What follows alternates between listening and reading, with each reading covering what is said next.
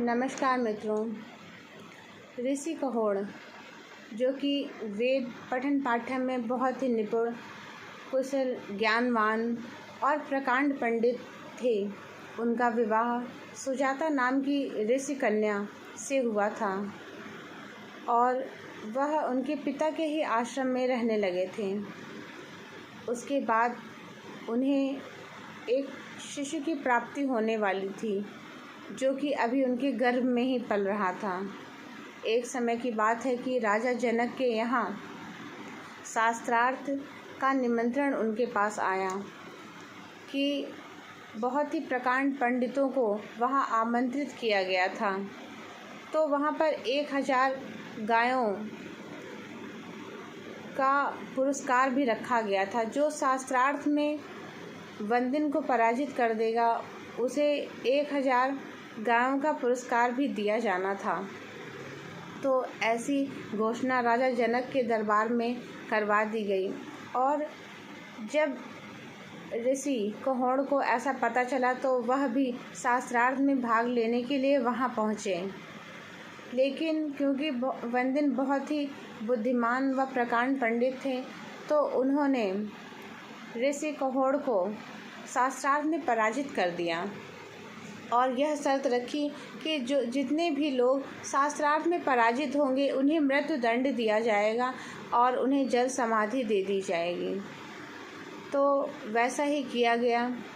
जितने भी लोगों को वंदिन ने पराजित किया उन्हें जल समाधि दे दी गई, सभी को जल में डुबाकर मार दिया गया। आगे जब सुजाता ऋषि कन्या सुजाता एक पुत्र को जन्म देती हैं जिनका नाम अष्टावक्र रखा गया क्योंकि वह 8 जगहों से टेढ़े मेढ़े पैदा हुए थे और यह श्राप भी उन्हें अपने पिता से ही प्राप्त हुआ था क्योंकि जब वह एक गर्भस्थ शिशु थे तब उन्होंने अनायास ही अपने पिता को क्रोधित कर दिया था।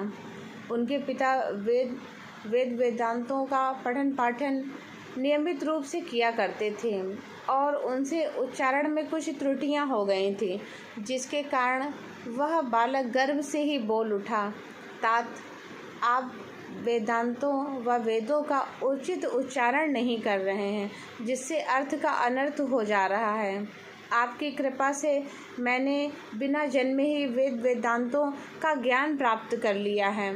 यह आपकी अपार कृपा व अनुकंपा है, लेकिन आप उचित उच्चारण न करके आप अर्थ का अनर्थ कर दे रहे हैं। यह बात जब उन्होंने अजन्मे बालक के मुंह से सुनी तो वह अवाक रह गए और उन्हें अपने आत्मसम्मान पर ठेस लगी क्योंकि उनके शिष्य भी उनके साथ ही बैठे हुए थे।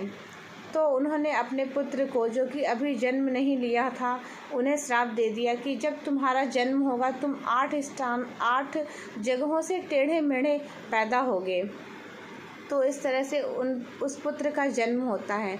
लेकिन क्योंकि वह अपने पिता से कभी मिला नहीं था, उसने अपने पिता को कभी देखा नहीं था, तो वह अपने नाना को ही अपना पिता समझने लगा था और